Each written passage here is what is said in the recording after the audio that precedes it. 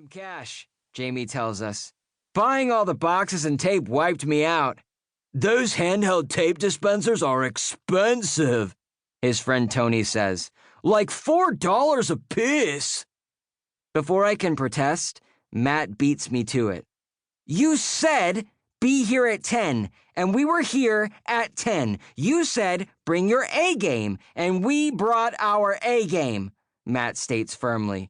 We did our part. Now you do yours. Jamie looks at his little brother and stifles a laugh. You'll get your money, Matster, just not today. I know Matt hates it when Jamie calls him Matster, and hope Jamie didn't just escalate an already prickly situation. Matt turns to his mom, who looks at both her sons and shrugs. Matt's mom is much more hands-off than mine. Most of the time I think that's a good thing, but today I want her to stick up for Matt and lay down the law. As Matt and Jamie argue, I do some mental math and figure my 3D printer got pushed back at least another month. Okay, Jamie tells Matt. Just so I don't have to listen to you anymore. He rummages around for his jacket and pulls out a Powerball ticket. That cost you $2, not 40, Matt shouts. Besides, we want money, not a stupid lottery ticket. He shifts his attention from Matt to me. How about you, Derek? You feeling lucky? No, Jamie, I answer. I'm looking for real money, too. This thing could be worth millions, Jamie continues. The odds are a zillion to 1 that it's worth nothing, Matt argues. Tony lets out a low whistle while scrolling through his phone. The payout's over $1 billion right now. You could be rich. Matt turns to his mother for arbitration one more time, but she shakes her head and leaves the room. For Matt's mom, not getting involved with a sibling squabble is non-negotiable. As upset as I am about Jamie's lame offer, the prospect of owning a lottery ticket is tempting. Are we even allowed to have lottery tickets, I ask? I didn't think it was legal for kids to gamble. It's not gambling, Jamie said. It's a harmless game of chance. That's what gambling is, Matt shouts. Not only did you stiff us on the pay, now you're trying to get us in trouble too? I snatched the lottery ticket from Jamie's hand.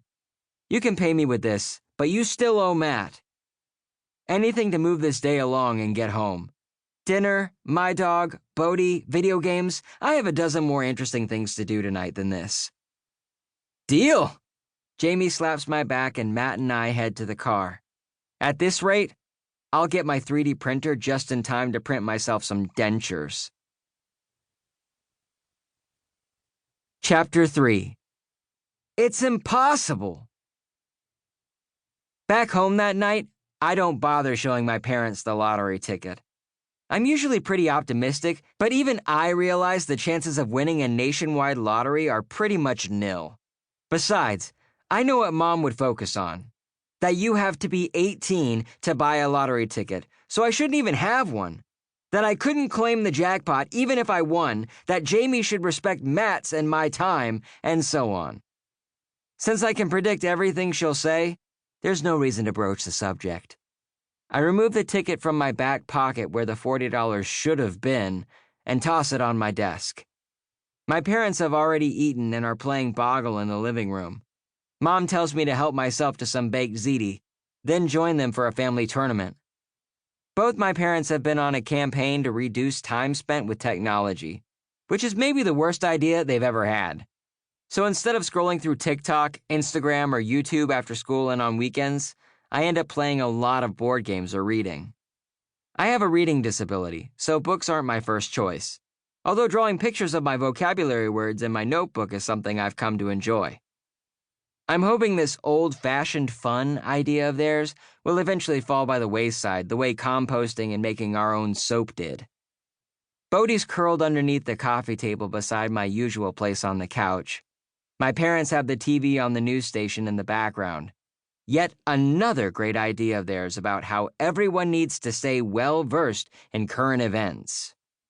After the evacuation and wildfires last year, Dad has become a news junkie.